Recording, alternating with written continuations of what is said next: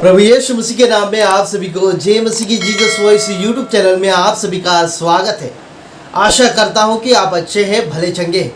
मेरे प्रिय भाई बहनों, बेंगलोर अर्थात कर्नाटक में ऐसी बात सामने आई है कि अगर स्कूल में आपको पढ़ना है तो पवित्र बाइबल लाना बहुत ही जरूरी है।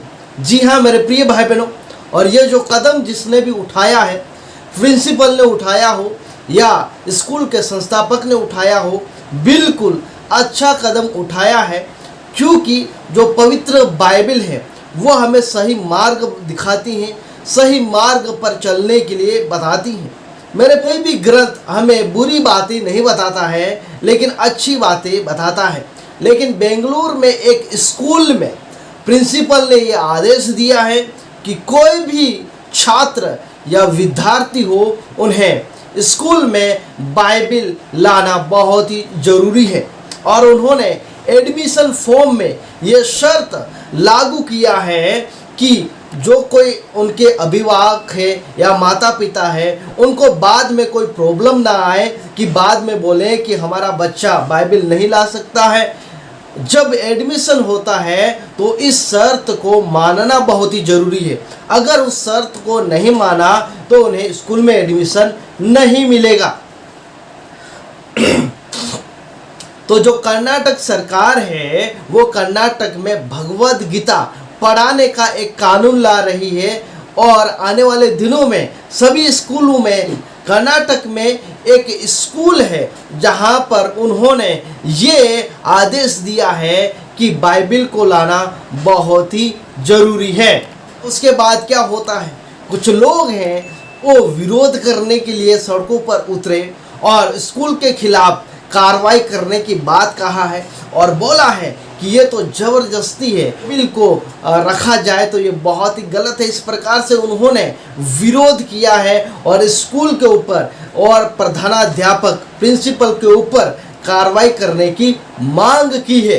के प्रिंसिपल ने बताया है कि जो पवित्र बाइबल है वो हमें सही मार्ग बताती है और बच्चों के लिए बहुत ही उपयोगी है, क्योंकि जो हमारी शिक्षा है, हमारे जो स्कूल है वो बाइबल के आधारित हैं। उन्होंने ये भी बताया है कि छात्र आध्यात्मिक में आगे बढ़ेंगे, उन्हें असेंबली प्रार्थना सभा में शामिल होना पड़ेगा। इस प्रकार से उन्होंने बताया है। और दूसरी ओर से जो दक्षिणपंथी है वो उसका विरोध कर रहे हैं, लेकिन जब भगवद गीता की बात आती है तो वो लोग विरोध नहीं करते हैं। मेरे प्रियो, ये जो इंडिया है, भारत है, सभी धर्मों का देश है। यहाँ पर अगर भगवद गीता को अगर आप पढ़ाते हैं तो कुरान को भी पढ़ाइए, बाइबल को भी पढ़ाइए और गुरु ग्रंथ भी पढ़ाइए, क्योंकि ये जो ग्रंथ हैं, ये जो धार्मिक किताबें हैं, वो हमें अच्छे मार्ग बताती हैं। लेकिन अगर किसी एक धर्म को